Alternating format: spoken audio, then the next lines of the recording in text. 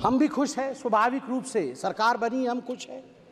देश की जनता तो खुश है ही कि मोदी जी की सरकार बनी।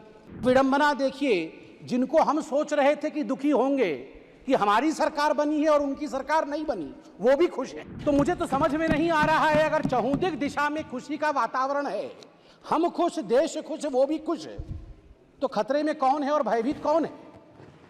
खुशी इस बात की भी है कि एलओपी राहुल जी बने, डबल खुशी है। और एक राहुल जी नहीं बने हैं, दो दो राहुल जी। राहुल जी ने कहा मैं आज एक नहीं हूं, मैं दो। जब एक राहुल से इतना बड़ा एसेट का हमें प्राप्ति हुई थी, आप सोचिए दो राहुल से इस देश को कितना लाभ होगा।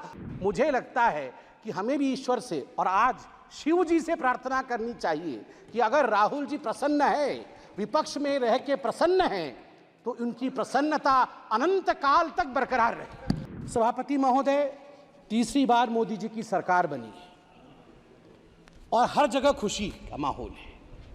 हम भी खुश हैं, स्वाभाविक रूप से सरकार बनी, हम खुश हैं। देश की जनता तो खुश है ही कि मोदी जी की सरकार बनी। और विडंबना देखिए, जिनको हम सोच रहे थे कि दुखी होंगे कि हमारी सरकार बनी है और उनकी सरकार नहीं बनी, वो भी खुश है।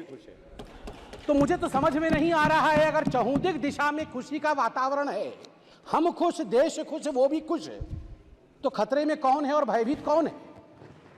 किसी को भयभीत नहीं होना चाहिए बंधु। आप तो खुश हैं, आप तो खुशी जाहिर कर रहे हैं, और डबल खुशी तो हमारे पास है। हमारे पास खुशी इस बात की भी है कि हमने सरकार बनाई है, और खुशी इस बात की भी है कि एलओपी राहुल जी बने, डबल खुशी है। और एक राहुल जी नहीं बने हैं, दो दो राहुल जी। आज एक राहुल जी ने कहा मैं आज एक नहीं हूं, मैं दो। जब एक राहुल से इतना बड़ा एसेट का हमें प्राप्ति हुई थी, आप सोचिए दो राहुल से इस देश को कितना लाभ होगा। और मुझे लगता है हमारे जो विपक्ष के साथी हैं, उन्हें भी दो राहुल से बहुत ही लाभ होगा। नहीं, अच्छी बात है। देखिए, राहुल जी एक एसेट हैं, इसमें कोई दो मत नहीं। मुझे लगता है विपक्ष के मेरे साथी भी इससे सहमत होंगे कि Rahul ji is an asset. Now we have double assets.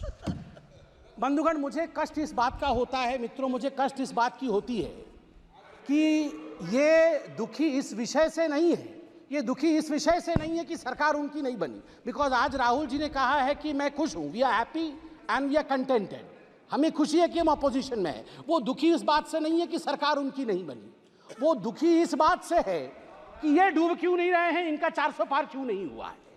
मतलब ये खुशी मना रहे हैं इस बात को लेकर कि इनका 400 पार नहीं हुआ है, और इस विषय को लेकर वो दिवाली मना रहे हैं।